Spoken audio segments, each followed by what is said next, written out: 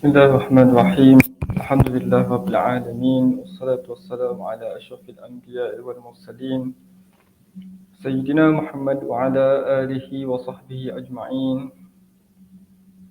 نويت التعلم والتعليم والتذكر والتزكية والنفع والانتفاع والإفادة والاستفادة والحث على التمسك بكتاب الله وسنة رسوله صلى الله عليه وسلم، والدعاء للهدى والدلالة على الخير ابتغاء وجهه ومرضاته وثوابه وجناته سبحانه وتعالى. ثم أما بعد. Assalamualaikum warahmatullahi wabarakatuh. Sidang hadirin, sidang penonton yang dirahmati dan dikasihi oleh Allah Subhanahu Wa Taala sekalian. InsyaAllah kita akan menyambung pengajian kita di dalam kitab Nurul Mubin fi Qawaidi Aqaididdin yang dikarang oleh Al-Imam Al-Usuli Al-Faqih Al-Mufassir Ibnu Juzai Al-Ghamnati Al-Maliki rahimahullahu ta'ala wa nafa'ana Allahu bi'ulumihi fid daraini amin. Jadi pada pengajian yang lepas kita sudah sampai kepada kita berhenti pada fasal yang keempat, iaitu pada menyatakan tanzih, penyucian bagi Allah Subhanahu Wa Taala. Dan sebelum ni kita sudah bahaskan tentang sifat-sifat Allah Subhanahu Wa Taala, di mana secara umum kita menyebutkan bahawa seseorang Muslim itu hendaklah dia beriktikad bahawa Allah Subhanahu Wa Taala ini bersifat dengan semua kemuliaan, yattasifu bi kulli kamalat. Kemudian mestilah Allah Subhanahu Wa Taala ini suci daripada sebarang sifat-sifat yang kelemahan, kekurangan dan juga sebagainya, yang disebut sebagai wa yatanazzahu min kulli naqais. Suci Allah Subhanahu Wa Taala daripada segala sifat-sifat yang kekurangan dan juga keaiban. Jadi antara sifat-sifat yang telah kita bahaskan pada pengajian yang lepas adalah Allah Ta'ala itu bersifat hidup, hayyun. Maksudnya ialah tidak selama-lamanya akan mati. Kemudian Allah Subhanahu Wa Ta'ala juga bersifat al-awwal, iaitu yang pertama-tama ada sebelum daripada perkara yang lain ada. Dan wal-akhir, dan dia adalah yang akhir, iaitu selepas fana semua perkara, maka dia adalah al-akhir. Dan Allah SWT bersifat dengan alim, maha mengetahui. Dan juga Allah Ta'ala bersifat dengan sami' yang maha mendengar. Allah SWT bersifat dengan basir, iaitu maha melihat. Kemudian Allah juga bersifat dengan al-qudrah, al-iradah. Allah SWT mempunyai kehendak dan Allah Ta'ala mempunyai kekuasaan dan juga kemampuan untuk melaksanakan. Dan juga Allah Ta'ala bersifat dengan kalam. Allah Ta'ala bersifat dengan kaunuhu mutakalliman, iaitu dalam keadaan berkata-kata. Wa kallamallahu Musa taklima, dan Allah Ta'ala berkata-kata kepada Musa dengan melalui perkataan, dengan percakapan. Tetapi apa yang perlu kita tahu adalah sifat-sifat Allah Subhanahu Wa Taala ini tidak sama seperti sifat makhluk. Seperti mana kita sebut tadi, hayyun, Allah Ta'ala bersifat dengan sifat hidup tetapi bukan hidup kita. Kita sebagai manusia hidup yang mempunyai tempoh, lahir, kemudian membesar, kemudian ada diakhiri dengan kematian. Itu adalah hidup bagi manusia. Dan manusia ini hidupnya daripada satu alam. Pertama di alam kandungan, di alam ruh, kemudian ditiupkan ke dalam jasad, kemudian lahir ke alam dunia. Selepas mana manusia meninggal dunia, masuk kepada alam barzakh. Kemudian apabila dibangkitkan, masuk kepada alam akhirah.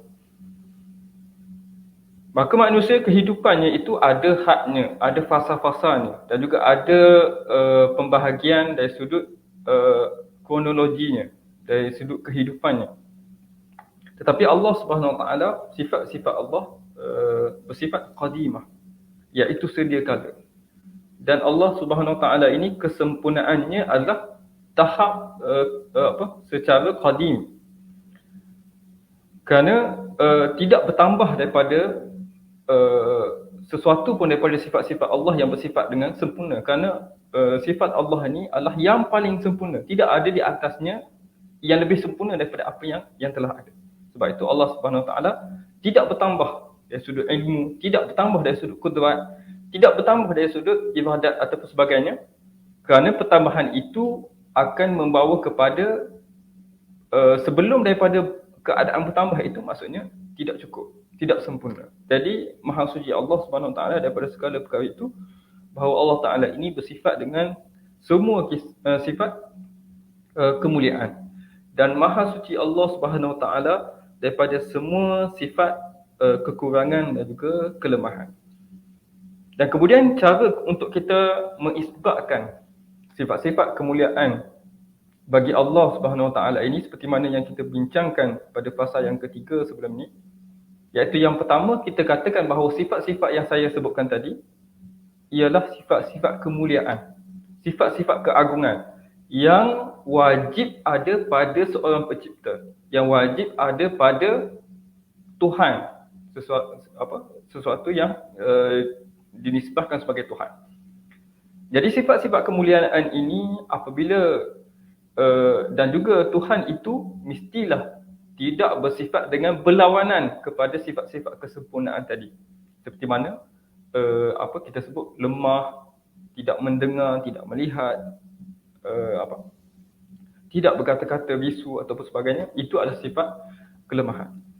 Jadi dengan dalil yang pertama, Tuhan itu mestilah bersifat dengan sifat kesempurnaan, maka kita boleh nisbahkan sifat-sifat tersebut kepada Allah Subhanahu Wa Taala.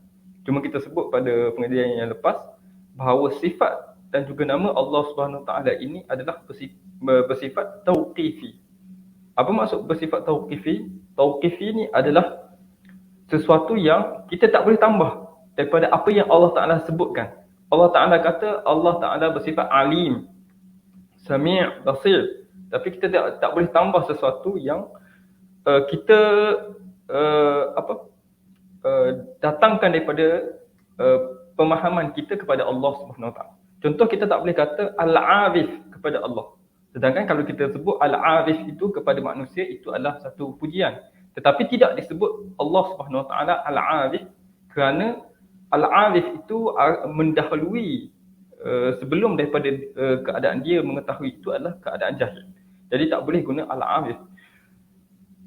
Dan juga beberapa sifat-sifat yang lain yang mana Allah Ta'ala tak sebutkan ataupun tidak namakan, tidak sifatkan zatnya yang mulia itu dengan sifat-sifat tersebut, maka tidak boleh. Maka kita hanya berpada kepada sifat-sifat dan juga nama-nama yang Allah Ta'ala nisbahkan ataupun namakan zatnya yang mulia dengan nama-nama tersebut, yang terdapat dalam Al-Quran, yang terdapat di dalam hadis dan juga sebagainya. Antaranya adalah 99 Al-Asma Al-Husna. Itu adalah sebahagian daripada nama-nama Allah Subhanahu Wa Taala yang baik, lagi indah. Jadi itu adalah berkaitan dengan cara yang pertama untuk kita isbatkan sifat-sifat kemuliaan tadi kepada Allah Subhanahu Wa Taala. Yang kedua adalah sifat-sifat ini disebutkan di dalam Al-Quran dan juga Al-Hadis, mana Allah Ta'ala sifatkan dirinya, zatnya dengan sifat-sifat yang disebutkan tadi, maka kita nisbahkan sifat-sifat itu kepada Allah Subhanahu Wa Taala. Dan yang ketiga, cara kita untuk membuktikan bahawa Allah Subhanahu Wa Taala itu bersifat dengan sifat-sifat tadi, dengan kita menggunakan akal, dengan kita menggunakan logik kita untuk kita membayangkan sifat Allah Subhanahu Wa Taala. Contohnya apa? Contohnya kita melihat kepada kejadian bumi, kejadian langit, kejadian binatang-binatang, kejadian tumbuh-tumbuhan, kejadian manusia. Kita dapat mengetahui bahawa Allah Ta'ala ini maha bijaksana, Al-Hakim, maha bijaksana. Dan kita dapat mengetahui bahawa Allah Subhanahu Wa Taala ini bersifat Al-Murid, iaitu berkehendak. Allah Ta'ala berkehendak untuk menjadikan bangsa sekian, rupa bentuk sekian, tinggi sekian, ataupun panjang sekian, saiznya sekian dan juga sebagainya. Itu menunjukkan Allah Ta'ala berkehendak.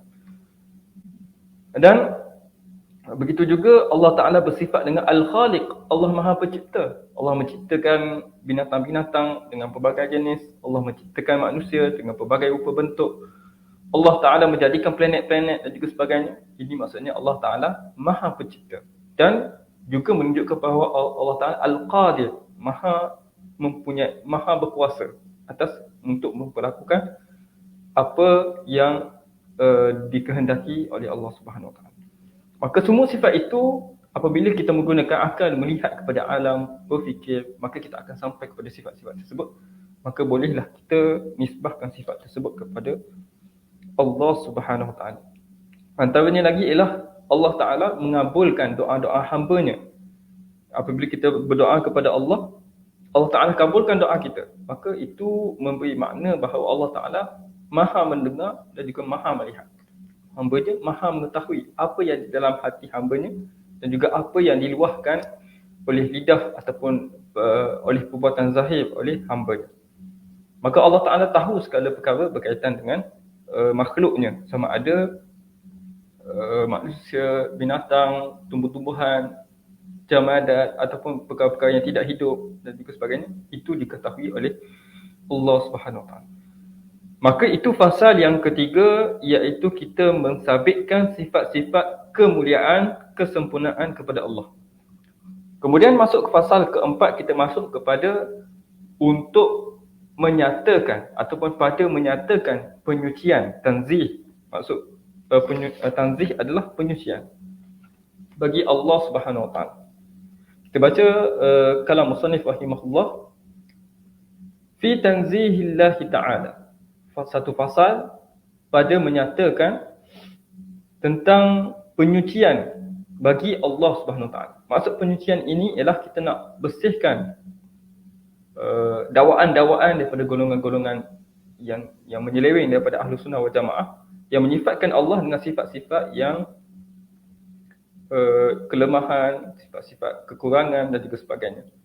Maksud juga agama-agama yang menisbahkan kepada Tuhan mereka itu dengan sifat-sifat yang tidak sepatutnya ada pada Tuhan.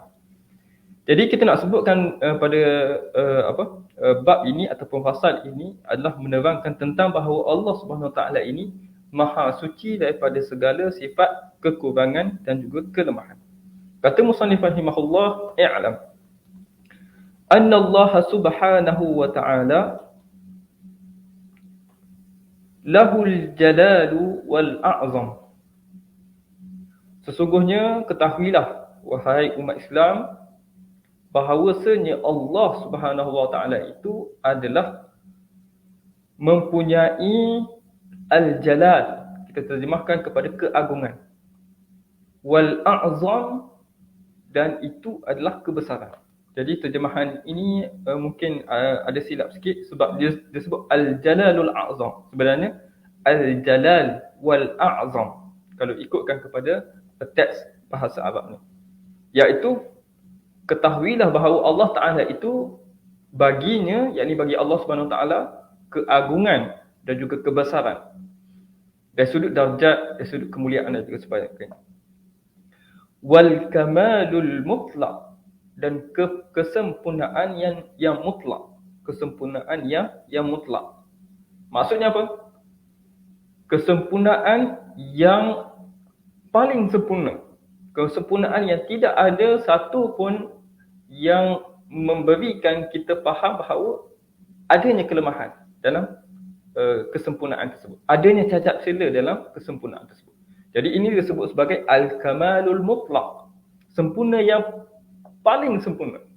Tidak ada sedikit pun kita kata ruang yang menunjukkan kekurangan kepada Allah, menunjukkan kelemahan kepada Allah Subhanahu Wa Ta'ala. Kemudian kata musannif lagi, allazi tanazzaha an kulli aibin, iaitu suci daripada segala aib dan kekurangan. Suci daripada segala aib dan kekurangan. Jadi sempurna itu tidak ada sedikit pun yang disebut sebagai cacat celah pada kesempurnaan tersebut. Maka inilah makna wa tabarra'a an kulli naqsin. Ada satu penggal yang tak terjemah. Dan bebas ataupun bebas daripada perkara yang bersifat dengan kekurangan. Wa hadha ma'na qaulina subhanallah. Dan ini adalah makna ucapan zikir kita yang kita sebut subhanallah. Jadi maksud kita sebut subhanallah itu ialah maha suci Allah yang bersifat dengan segala sifat kemuliaan, dan suci Allah, maha suci Allah daripada segala sifat yang bersifat kekurangan dan juga kelemahan. Jadi maksud subhanallah itu ada mempunyai maksud yang besar. Sebab itu apabila kalau kita nak berzikir kepada Allah Subhanahu Wa Taala itu sebaiknya dengan disebut dengan bihuduril qalb, dengan hadirnya hati menghayati makna tersebut. Mungkin kita tengok di wirid selepas solat kita sebut subhanallah 33 kali, alhamdulillah 33 kali, Allahu akbar 33 kali. Mungkin kadang-kadang kita tidak terbayang, tidak hadir hati kita untuk membayangkan maksud subhanallah kerana kita membaca secara laju.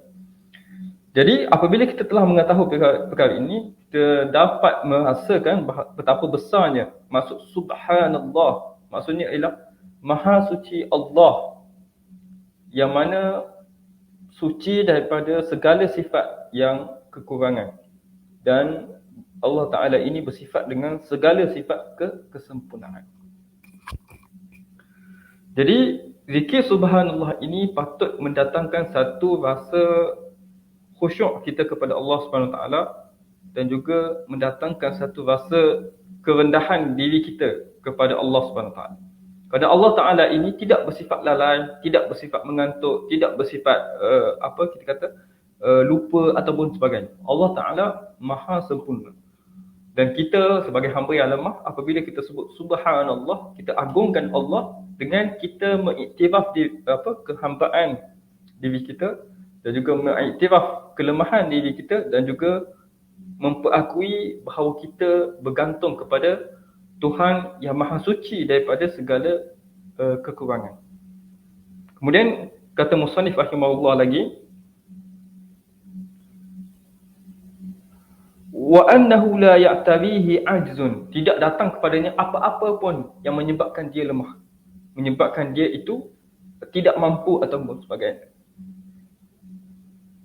Wala qusur, tidak pula Allah Ta'ala ni bersifat cuai, tidak. Itu semua sifat-sifat kelalaian, lalai, cuai, lupa, acuh tak acuh, pelbagai lagi sifat-sifat mazmumah ataupun sifat-sifat negatif tu adalah ada pada kita, dan kita tidak boleh ataupun kita mustahil untuk kita bayangkan sifat-sifat itu ada pada Tuhan yang mentadbir alam ini, Tuhan yang kita sembah, yang mana tidak bersifat dengan sifat kekurangan dan juga kelemahan tersebut. Seperti mana firman Allah Subhanahu Wa Taala, wa ma kana Allahu liyu'jizahu min syai'in fis samawati wala fil ard.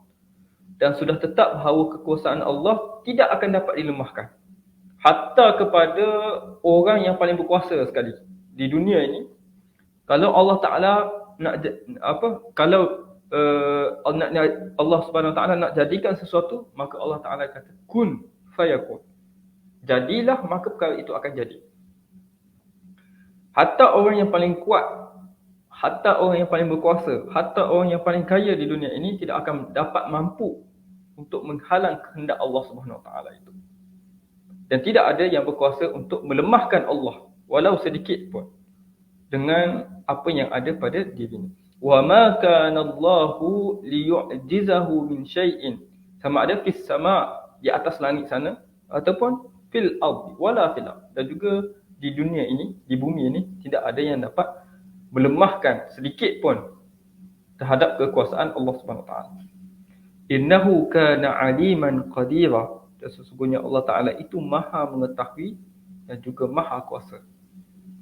Kemudian Allah Subhanahu Wa Taala berfirman lagi di dalam surah Dalam surah Qaf ayat 37, cuma surah Qaf ini yang nak menjadi syahid ataupun yang nak menjadi rujukannya adalah ayat 38. Cuma yang ada kat sini ayat 37. Saya akan bacakan ayat 37 juga dan saya akan sambung kepada ayat 38. Sebab yang nak jadikan rujukan bagi perbahasan ini adalah ayat yang ke-38. Berbalik firman Allah Subhanahu wa taala, inna fi zalika la zikra liman kana lahu qalbun au alqas-sam'a wa huwa syahid. Sesungguhnya pada keterangan peristiwa-peristiwa yang Allah Taala ceritakan sebelum daripada ayat ini, yang tersebut itu tidak syak lagi mengandungi pengajaran bagi siapa yang mempunyai hati. Liman kana lahu qalbun, yang sedar apabila membacanya dan yang menggunakan pendengarannya dengan bersungguh-sungguh, au alqas-sam'a wa huwa syahid, dengan menumpukan hati dan juga perhatian. Cuma ini tidak menjadi perbahasan lah di dalam penerangan pengarang rahimahullah. Adapun yang menjadi penerangan adalah ayat 38, iaitu laqad khalaqnas samawati wal ard wama bainahuma fi sittati ayyam. Sesungguhnya kami telah menciptakan langit-langit dan bumi ini dan apa yang ada dalam kedua-duanya itu fi sittati ayyam, dalam 6 tempoh masa. Wama massana min lughub, dan kami tidak, ma massana min lughub ini adalah tidak disentuh satu kesusahan, kepayahan ataupun sebagainya. Iaitu ayat 38 surah Qaf. Iaitu lughub ni yang dimaksudkan oleh musannif rahimahullah adalah ayat 38 tadi. Ma massana min lughub, iaitu yang bermaksud kami tidak disentuh lemah dan juga penat. Jadi dalam ayat ini Allah Subhanahu Wa Taala menyebutkan bahawa Allah Taala ciptakan sesuatu perkara itu dengan dengan mudah dan tidak menjadikan satu kesusahan. Allah Taala nak cerita lebih kompleks, nak cerita lebih hebat, nak cerita lebih besar, maka itu tidak menjadi kesusahan bagi Allah Subhanahu Wa Taala. Sebelum kita masuk kepada perbahasan seterusnya, kita tengok kepada ta'liq ni. Berkata Ibnu Juzai rahimahullah, kalimah subhanallah adalah menyucikan Allah. Maksudnya ialah maha suci Allah. Dan sabahtullah ialah aku menyucikan Allah daripada segala yang tidak layak baginya. Daripada memiliki pasangan, memiliki anak, memiliki sekutu, memiliki seteru, sifat-sifat yang baharu dan kesemua kekurangan dan juga kecacatan. Apabila kita subhanallah, maka kita menyucikan Allah daripada segala apa yang tidak layak bagi Allah Subhanahu Wa Taala. Maka itu masuk subhanallah. Dan Allah Subhanahu Wa Taala ini maha suci Allah daripada bersikap leka, lalai, cuai dan juga tidur. Seperti mana Allah Subhanahu Wa Taala berfirman di dalam surah Al-Baqarah ayat 255, Allahu la ilaha illahu al-hayyul qayyum la ta'khudhuhu sinatun wa la naum. Iaitu Allah Subhanahu Wa Taala yang tiada Tuhan yang berhak disembah melainkan Dia, yang bersifat al-hayy, maha hidup, al-qayyum, maha kekal selama-lamanya, la ta'khudhuhu sinatun wa la naum, yang mana Dia tidak mengantuk dan juga tidak apatah lagi tidur. Tidak mengantuk dan juga tidak tidur. Dan Allah Subhanahu Wa Taala maha suci daripada sifat salah. Tidak boleh kita katakan bahawa Allah Taala tersalah, tersilap. Itu adalah sifat kita sebagai manusia.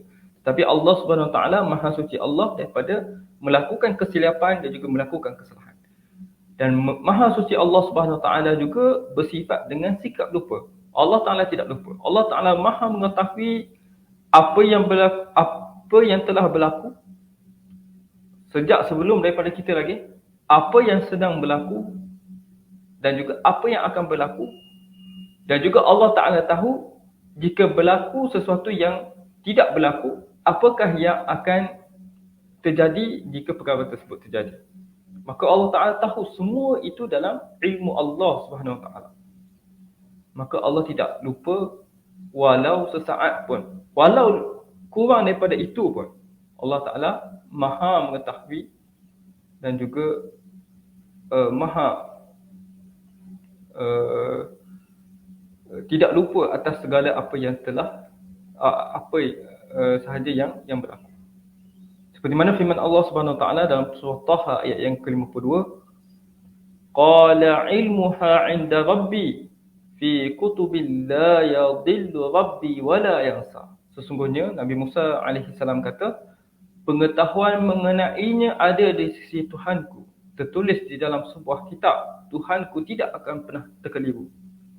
La yadhillu rabbi wa la yansa. Dan dia ini bukanlah bersifat dengan sifat lupa, lalai, cuai dan juga sebagainya. Maka kita sebut bahawa ini sifat-sifat kekurangan. Maha suci Allah daripada bersifat-sifat kesalahan dan juga lupa tadi. Dan Allah Subhanahu Wa Taala ini, kata musannif rahimahullah, wa annahu la yaghfulu wa la yanam. Dia tidak lalai dan juga dia tidak lupa. Wa annahu la yajri alaihi khata'u wa la nisyan. Dia tidak melakukan kesalahan, kesilapan, dan juga dia tidak pula bersifat dengan sifat lupa. Dan kata musannif rahimahullah, wa annahu 'adlun fi jami'i ahkamihi wa af'alihi. Bahawasanya Allah Ta'ala ni bersifat maha adil atas segala setiap hukuman, ataupun sebut ahkam ni adalah syariat, hukum hakam yang diturunkan kepada manusia. Fi jami'i ahkamihi wa af'alihi, dan setiap pada perbuatannya, la yazlimu wa la yajur. Allah Ta'ala ini tidak bersifat kejam dan juga tidak bersifat zalim. Allah Ta'ala maha adil. Kalau kita nak bandingkan keadilan Allah, nak bandingkan dengan keadilan yang ada di dunia sekarang ini, maka sangat jauh bezanya. Allah Ta'ala sangat adil. Apabila seseorang itu dizalimi, Allah Ta'ala akan bagikan secukupnya hak orang yang dizalimi itu, dan juga akan memberi hukuman kepada orang yang menzalimi. Maka Allah Ta'ala bersifat dengan sifat adil, sehingga apabila kita diperhitungkan oleh Allah Subhanahu Wa Taala, maka kita rasa bahawa ini adalah keadilan Allah. Keadilan Allah Subhanahu Wa Taala. Jadi Allah Ta'ala bersifat dengan sifat adil. Adapun wa kullu ni'matin minhu fadlun. Setiap nikmat daripadanya adalah kelebihan. Wa kullu ni'matin minhu adlun. Ini kita sebutkan sebagai keadilan dan juga kemurahan Allah Subhanahu Wa Taala. Maksudnya fadlun ni kalau kita nak terjemah dalam bahasa Melayu untuk mudah kita faham adalah kemurahan hati. Maksudnya apa? Maksudnya adalah kalau seorang tu dia tak wajib pun bagikan kepada seseorang itu lebih daripada apa yang sepatutnya, tapi dia bagi, maka itu disebut lebihan yang dibagi itu adalah fadlun. Contoh, kita beli makanan, kita patut bayar RM10. Itu adalah tusawi lah, maksudnya kita harga tu RM10, kita bagi RM10. Tapi kita tambah daripada RM10 itu jadi RM100, kita bagi kepada orang yang jual tadi. Maka lebih daripada RM10 itu namanya adalah fadlun. Kita bermurah hati untuk beri lebih. Itu maksud kelebihan dekat sini. Bukan maksud kelebihan itu adalah kelebihan itu adalah setiap nikmat daripadanya adalah kelebihan. Maksudnya adalah satu pemberian yang tidak menjadi hak ke atas Allah Subhanahu Wa Taala. Allah Subhanahu Wa Taala tak berhak, ataupun Allah Subhanahu Wa Taala tidak mempunyai kewajipan untuk berikan kita nikmat. Tetapi Allah Ta'ala beri juga walaupun itu bukan kewajipan Allah Subhanahu Wa Taala, atas dasar fadlun, atas dasar yang kita sebutkan tadi. Sebab apabila kita nak terjemah fadlun dengan kemurahan hati, mungkin ada suatu makna yang tidak sesuai dengan zat Allah Subhanahu Wa Taala. Tetapi disebut dengan kelebihan juga dengan maksud yang disebutkan tadi, iaitu beri sesuatu yang mana bukan tanggungjawab, bukan kewajipannya untuk diberi. Beri lebih lagi, bahkan banyak lebih daripada apa yang sepatutnya. Jadi setiap nikmat daripada Allah itu adalah fadlun, dengan maksud apa yang saya sebutkan tadi. Dan hukuman yang Allah Ta'ala berikan adalah adlun. Itu adalah keadilan. Allah Ta'ala berikan kita azab, itu adalah disebabkan oleh keadilan Allah. Keadilan Allah Subhanahu Wa Ta'ala. Dan Allah Ta'ala berikan bencana dan juga membalas memberikan bala bencana kepada orang yang melakukan maksiat kepadanya sebagai satu keadilan. Kamu buat jahat, kamu buat maksiat, maka balasannya sekian. Maka itu adalah keadilan Allah. Tetapi kalau Allah Ta'ala beri keampunan, itu adalah fadlun. Allah Ta'ala tidak wajib baginya untuk memberi nikmat, memberi keimanan, memberi apa sajalah kenikmatan, tetapi dia beri atas dasar fadlun. Tapi kalau dia buat sesuatu perkara tu, maka tidak menjadi satu kita kata boleh dipersoal atas apa yang dilakukan oleh Allah Subhanahu Wa Taala. Kenapa? Kerana Allah Subhanahu Wa Taala itu pemilik bagi segala sesuatu. Semua ini adalah milik dia. Kita milik Allah. Apa yang ada di sekeliling kita ini adalah milik Allah Subhanahu Wa Taala. Sebab itu apabila kita mendengar khabar kematian, contohnya kita kata apa? Inna lillah. Kita ni untuk Allah.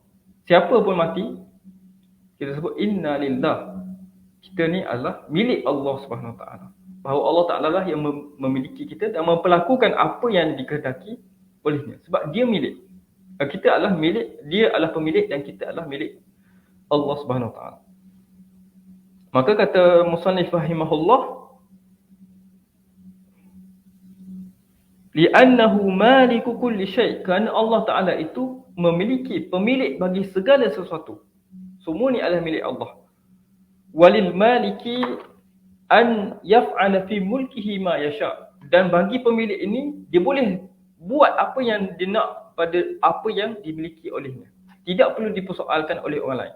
Contohnya apa? Untuk kita senang faham adalah, contoh seorang tu beli kereta. Beli kereta, dia pergi modify tayar, modify, tambah spoiler, tukar lampu, tukar seat. Tiba-tiba kita pergi marah dekat dia ataupun kita tegur dia, kenapa buat macam ni? Kemudian pemilik kereta tu kata, ini milik aku, suka hati aku lah nak buat apa. Maka itu kita tak boleh campur tangan, kerana benda tersebut adalah milik dia. So dia nak buat apa sahaja kepada benda dia yang milik dia, maka itu tidak menjadi kesalahan. Tidak menjadi kesalahan, dan dia mempunyai kebebasan untuk buat apa saja ke atas apa yang dimiliki. Jadi begitu juga Allah Subhanahu Wa Taala pemilik bagi segala sesuatu ini, maka dia memperlakukan apa sahaja yang dikehendaki. Dan itu tidak dikira sebagai satu perkara yang kezaliman, bukan dikira sebagai satu perkara yang keji ataupun sebagainya, kerana dia memperlakukan apa yang menjadi miliknya. Walil maliki an yaf'ala fi mulkihi ma yasha'. Apa saja yang nak buat di atas miliknya, maka buatlah. Kerana Allah SWT itu pemilik bagi segala sesuatu. Wa yatasarrafa fi ibadihi kama yasha'. Dan dia memperlakukan kepada hamba-Nya, dia beri rezeki kepada si fulan, dia tarik rezeki si fulan, dia mematikan si fulan, dia memanjangkan umur si fulan.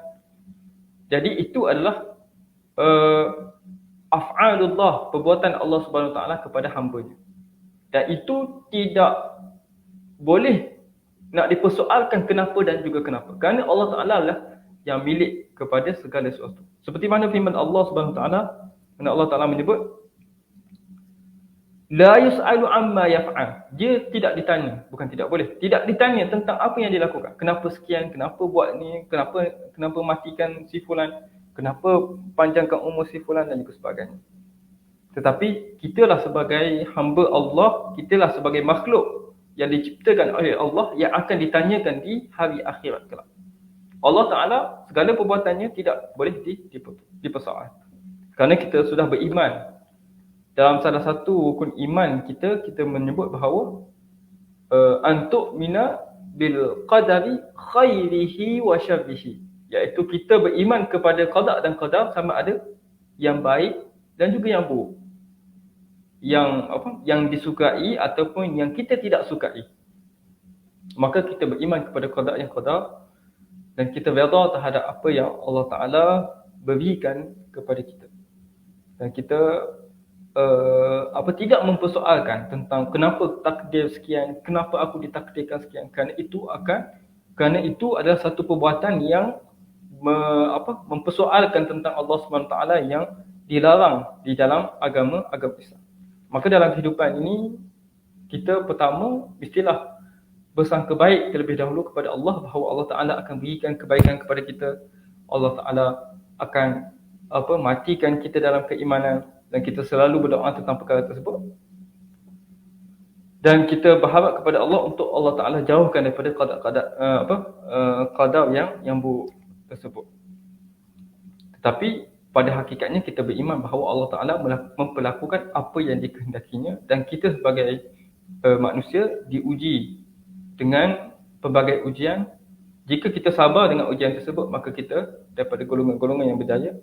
Tetapi apabila kita mempertikaikan, mempersoal dan juga menentang takdir Allah SWT, maka kita termasuk daripada golongan makhzul, orang yang dijauhkan daripada rahmat Allah SWT. Moga-moga Allah Ta'ala masukkan kita daripada golongan minas sabirin, orang-orang yang sabar, dan juga minal faizin, orang yang mendapat kejayaan hasil daripada kesabaran mereka menghadapi ujian yang Allah Ta'ala berikan kepada kita di dunia ini. Baik. Itu adalah la yus'alu amma yaf'al wa hum yus'alun. Allah Ta'ala tidak ditanya terhadap apa yang dia lakukan, tetapi kitalah yang akan ditanya di akhirat kelak tentang apa yang kita lakukan. Wa annahu ta'ala la yushbihu syai'a. Allah Ta'ala ini tidak menyerupai sesuatu. Wala yushbihuhu syai'un. Dan tiada pula sesuatu itu menyerupai Allah. Iaitu Allah Ta'ala tidak berupa dengan makhluk. Tidak mempunyai penyerupaan dalam sudut makhluk. Dan makhluk ini tidak ada penyerupaan terhadap Allah Subhanahu Wa Ta'ala. Ada kita sebutkan bahawa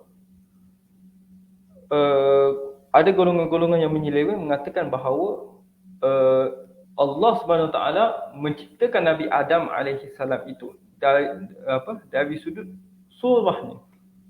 Maka seolah-olah Allah Subhanahu Wa Ta'ala bentuknya bentuk manusia. Wal iyazubillah. Tapi kita sebutkan dekat sini, laisa kamitslihi syai' wa huwas samiul basir. Tidak sesuatu pun yang sepertinya. Tidak ada sesuatu pun yang sama dengan Allah. Sebab ada Allah tidak menyerupai sesuatu, dan sesuatu itu tidak menyerupai Allah Subhanahu Wa Ta'ala. Dua-dua itu adalah perkara yang berbeza. Allahu Rabbun wa nahnu 'abdun. Allah tu adalah Tuhan dan kita adalah 'abdun. Allahu khaliqun wa nahnu makhluqun. Allah itu adalah pencipta dan kita adalah yang diciptakan. Wa hunaka farqun baina al-khaliqi wal makhluq. Itu di sana ada beza di antara al-khaliq dengan juga al-makhluq. Tidak akan sama. Jadi Allah Ta'ala tak sama dengan kita, dan kita tak sama dengan Allah Subhanahu Wa Ta'ala. Dan disebut kat sini adalah la yushbihu. Yushbihu ni adalah kita menyerupai tentang sebahagian.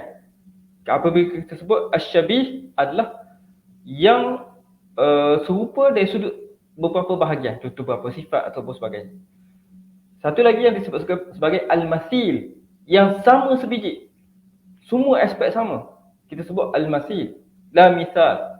Apabila kita sebut la mithal, tidak ada yang sebiji 100% sama. Tapi apabila kita sebut la syabih ni adalah kebanyakan sifat itu ada pada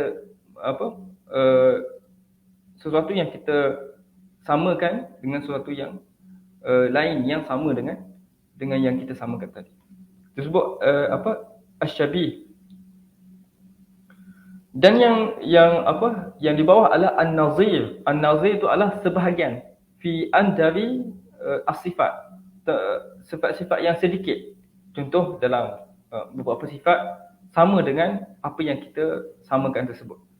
Jadi ada 3 peringkat. Al-masih sama sebiji. Asyabih kebanyakan yang ada pada sesuatu yang kita samakan tersebut. An-nazir ada hanya pada sedikit perkara saja. Maka apabila kita nafikan perkara tersebut, maka kita nafikan semua sekali. Bahawa Allah Ta'ala tidak sama dengan makhluk, sama ada dari sudut sedikit ataupun banyak ataupun semua. Semua itu kita nafikan. Bahawa tidak ada sesuatu yang sama dengan Allah Subhanahu Wa Ta'ala walaupun pada sedikit perkara. Jadi Allah Ta'ala sebut laisa kamitslihi syai'un wa huwas samiul basir. Surah Asy-Syura ayat 11. Wa qala ta'ala, dan juga Allah SWT berfirman, afaman yakhluqu kaman la yakhluq. Kalau sudah demikian, adakah Allah yang menciptakan semua ini sama seperti makhluk yang tidak menciptakan sesuatu? Afala tazakkarun. Tidakkah kamu, maka patutkah kamu lalai? Sesungguhnya kamu tidak mahu beringat dan juga memikirkannya. Afala tazakkarun. Tidakkah kamu memikirkan tentang perkara tersebut? Iaitu sesuatu yang menciptakan Al-Khaliq. Afaman yakhluq, maksudnya apa? Al-Khaliq. Kaman la yakhluq, ini adalah makhluk. Yang mana bukan sahaja mereka tidak dapat mencipta, bahkan mereka sendiri itu adalah yang dicipta. Maka adakah persamaan di antara sesuatu yang mencipta dengan sesuatu yang dicipta dan juga tidak boleh mencipta? Maka afala tazakkarun, tidakkah kamu berfikir tentang perkara tersebut? Baik. Jadi kita baca sedikit nota kaki di sini. Berkata Ibnu Juzai, dia yakni Allah SWT tidak mengantuk, tidak pula tidur, menyucikan Allah daripada kekurangan manusiawi. Perbezaan mengantuk dengan tidur, mengantuk adalah permulaan tidur dan bukan tidur seperti berkata matanya mengantuk tetapi tidak tidur. Itu jelas.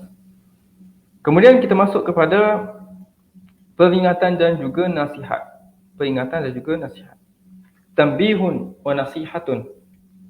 Kata musannif rahimahullah, i'lam annahu warada fil Qur'ani wal hadisi alfazun yuhimu zahiruha tashbiha.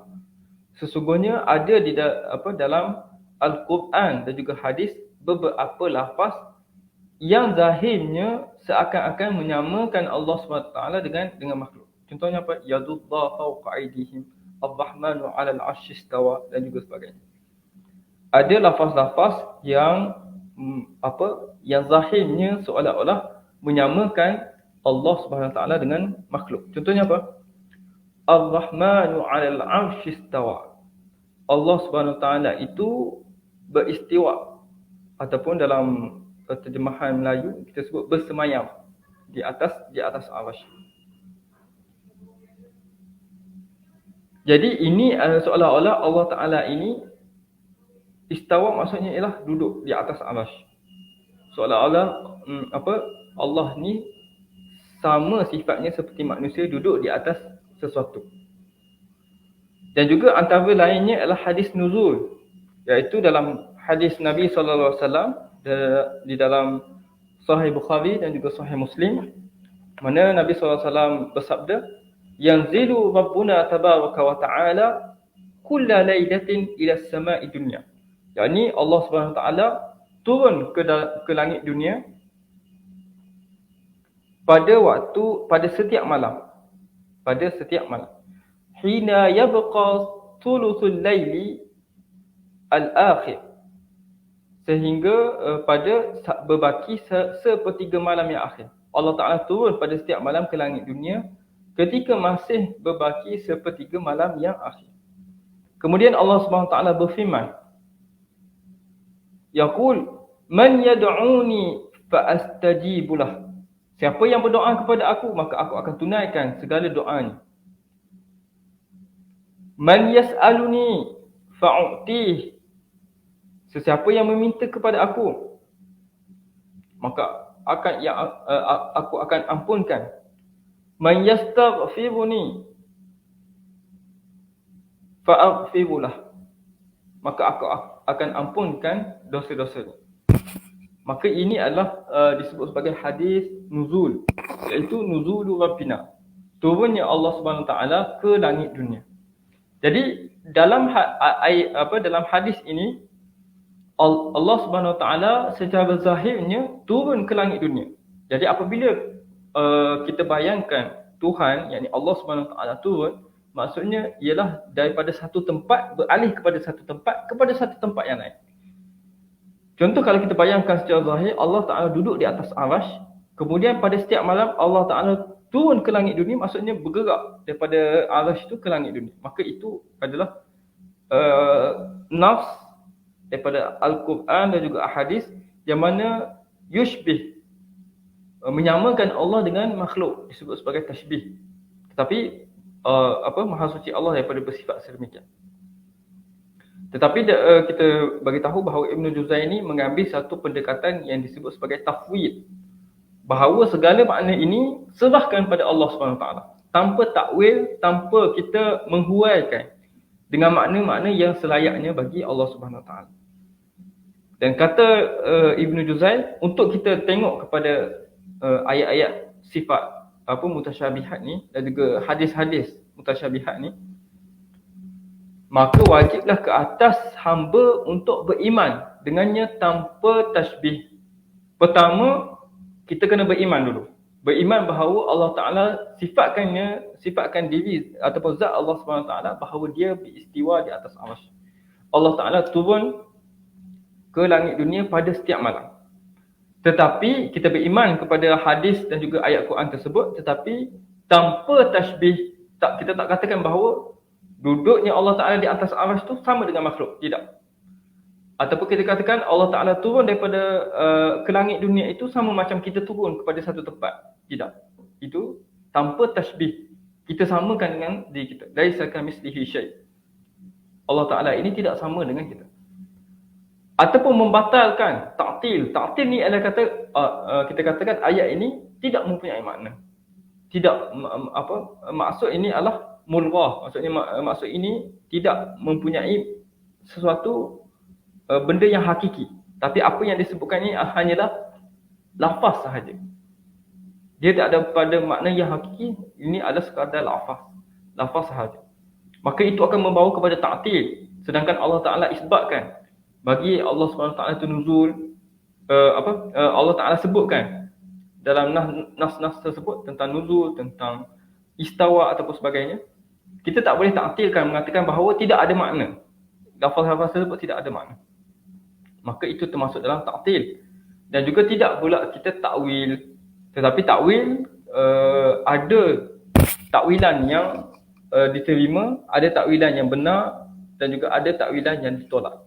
Jadi takwil kita sebutkan bahawa ada perinciannya. Cuma Ibn Juzay Al-Qarnati rahimahullah mengambil pendekatan yang paling selamat, iaitu dia kata beriman kepada Allah tanpa tashbih, tanpa ta'til, tanpa takwil. Semua sekali. Kita serah maknanya seluruhnya kepada Allah SWT dalam keadaan kita beriman kepada ayat dan juga hadis tersebut. Dan menyerahkan pengetahuan, yakni maknanya kepada Allah. Kita serah makna itu kepada Allah Subhanahu Wa Taala. Ini disebut sebagai tafwid, serah makna kepada Allah Taala. Dan berkata, aku beriman dengan apa yang difirmankan oleh Allah Subhanahu Wa Taala dan dengan apa yang disabdakan oleh Rasulnya sallallahu alaihi wasallam, dengan makna yang dikehendaki oleh Allah dan Rasulnya, dan Allah dan Rasulnya lebih mengetahui. Seperti mana disebut dalam dalam bahasa Arab, disebutkan bahawa amantu bima qala Allah wa bima qala Rasuluhu sallallahu alaihi wasallam. Aku beriman kepada apa yang disebutkan oleh Allah SWT dan apa yang disebutkan oleh Nabi SAW. Bil makna allazi aradahu Allah wa Rasuluhu, iaitu dengan makna yang dikehendaki oleh Allah dan juga Rasulnya. Wallahu wa rasuluhu a'lam, dan Allah dan Rasulnya lebih mengetahui. Maka ini tariqatut tafwid, adalah kita serah makna kepada Allah SWT min ghairi tashbihin wala ta'tilin wala ta'wilin. Tidak kita tashbih, kita tak kata ta'til dan juga tidak mentakwilkan. Dan dalam hal ini Ibn Juzay seperti mana disebut tadi memilih jalan yang selamat. Dan kata para ulama, tariqatus salafi aslam. Cara ulama salaf, ulama terdahulu yang serah makna tidak memperpanjangkan tentang ayat-ayat mutasyabihat ni adalah lebih selamat. Tariqatus salafi aslam. Wa tariqatul khalafi, cara khalaf iaitu mentakwilkan kepada makna yang selayaknya bagi Allah, ahkam, kata para ulama. Dan cara para khalaf adalah lebih bijaksana, kerana melepaskan daripada syubhat-syubhat, melepaskan orang awam ni daripada pemahaman-pemahaman yang salah tentang Allah SWT. Kerana boleh jadi orang awam ni dia faham hadis nuzul tadi ataupun Ar-Rahman 'ala al-'arsy istawa tadi dengan maksud makhluk tadi. Dari sifat kemakhlukan tadi, jisim, dan juga sifat perbuatan turun daripada satu tempat dan juga satu tempat.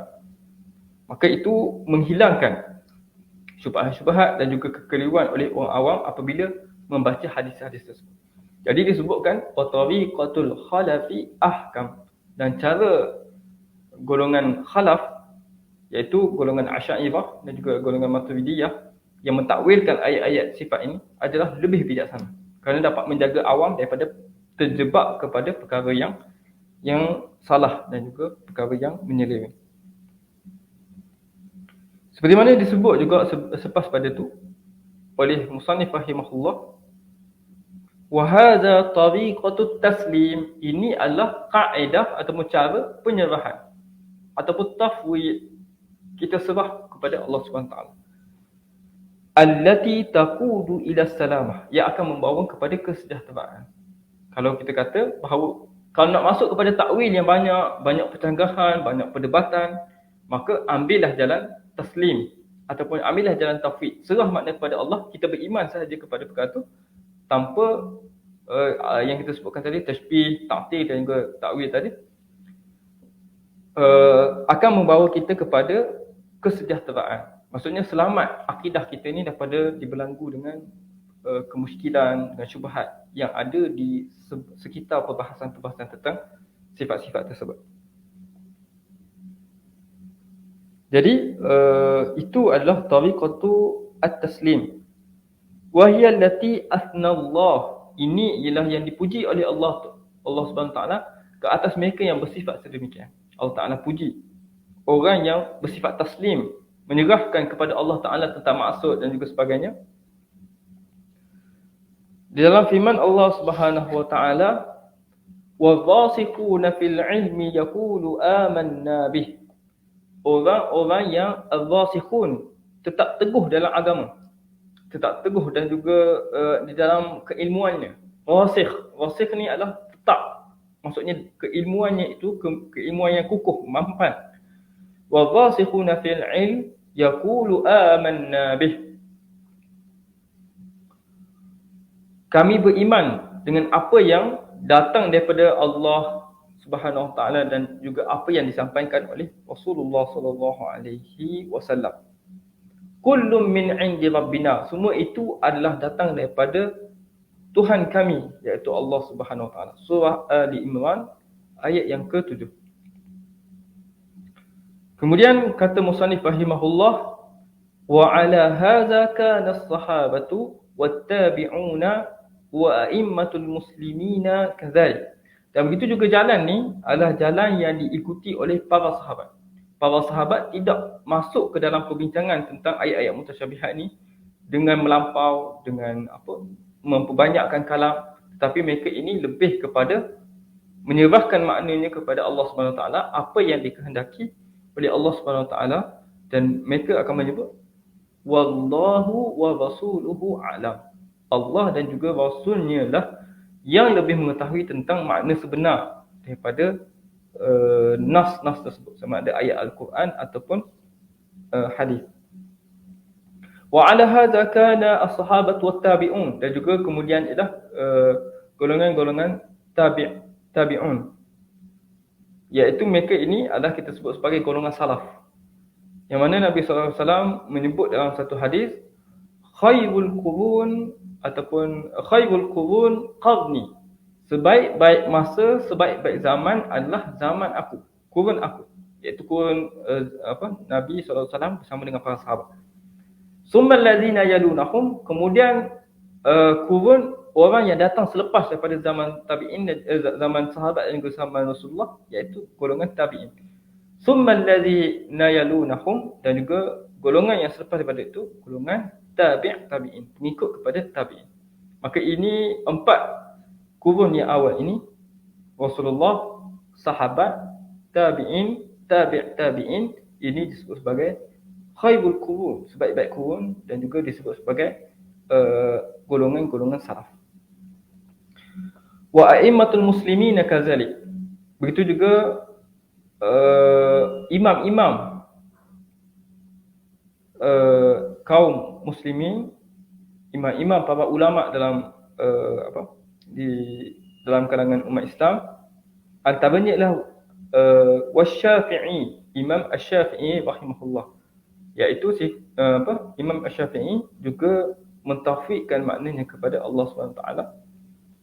Wa Ahmad bin Hanbal, dan anak murid kepada Imam Syafi'i iaitu Ahmad bin Hanbal.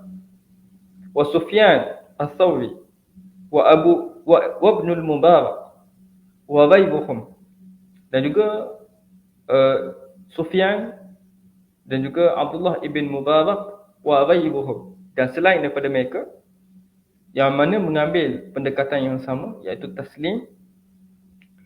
Mimman yajibu iqtida'u bihim, yang mana wajib untuk kita ikuti. Wajib untuk kita ikuti mereka ini. Wattiba'i li tariqatihim, dan juga hendaklah kita diwajibkan untuk kita melalui jalan yang mereka lalui. Jadi ada golongan daripada golongan-golongan salaf, para imam-imam, para ulama-ulama besar seperti Imam Syafi'i, Imam Ahmad bin Hanbal,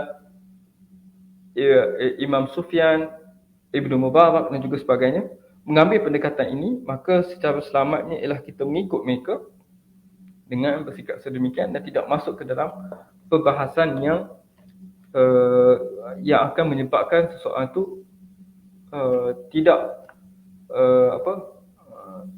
taslim kepada apa yang disampaikan oleh Allah Subhanahu Taala dan juga Rasulnya dalam ayat Al-Quran dan juga hadis-hadis. Jadi itu adalah pasal yang keempat yang kita bahaskan pada hari ini.